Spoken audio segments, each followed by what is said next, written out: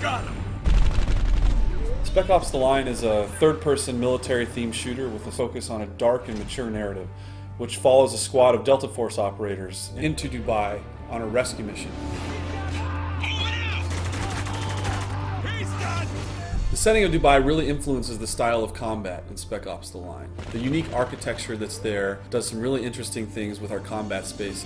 We draw a lot of inspiration of the way things were built there, like the scale is just really over the top.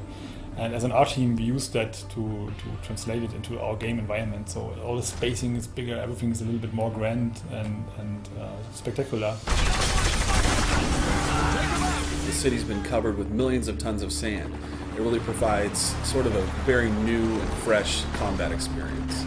One of the elements that's very interesting is the fact that you're quite often walking on what you perceive to be solid ground, but actually you may be walking on a dune that's covering a 30-story skyscraper. During combat, you have to constantly be thinking about where you're standing and where you're located, and you may even tumble through a skylight in a building into an entombed space that's been covered by sand. Throughout the game, the player encounters opportunities to leverage the power of the sand to help him basically to kill enemies or open new pathways. You basically see sand piled up behind a window, and you shoot the window and sand comes pouring out.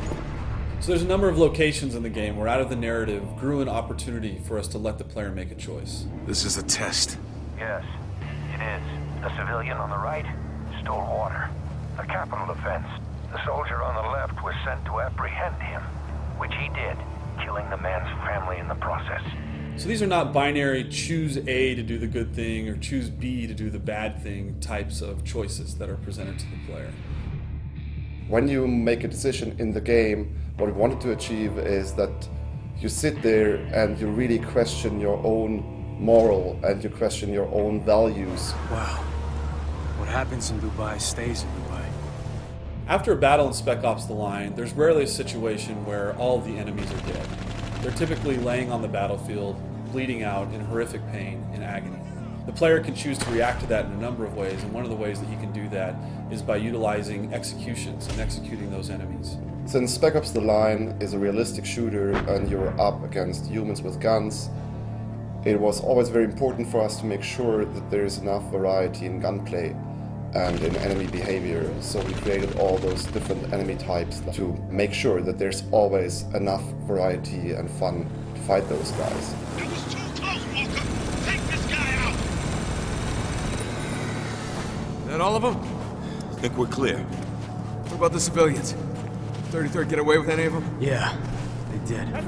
The campaign in Spec Ops: The Line is heavily influenced by the people who are left there in Dubai after sandstorms have ravaged the region. This element of survival in a combat scenario permeates into the gameplay itself. Many of the conflicts in the campaign actually have to do with those survivors and these elements of them trying to provide for their families and protect them from the situation that they found themselves in.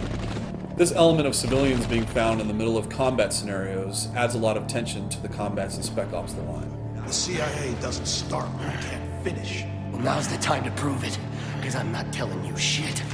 No! What the hell? What we wanted to achieve was that the player really not only makes his decisions as the character, but also as himself, as a person, as the human in front of the console. We hope that this invites players to think about what wartime scenarios are really like for the people that are trapped within their confines.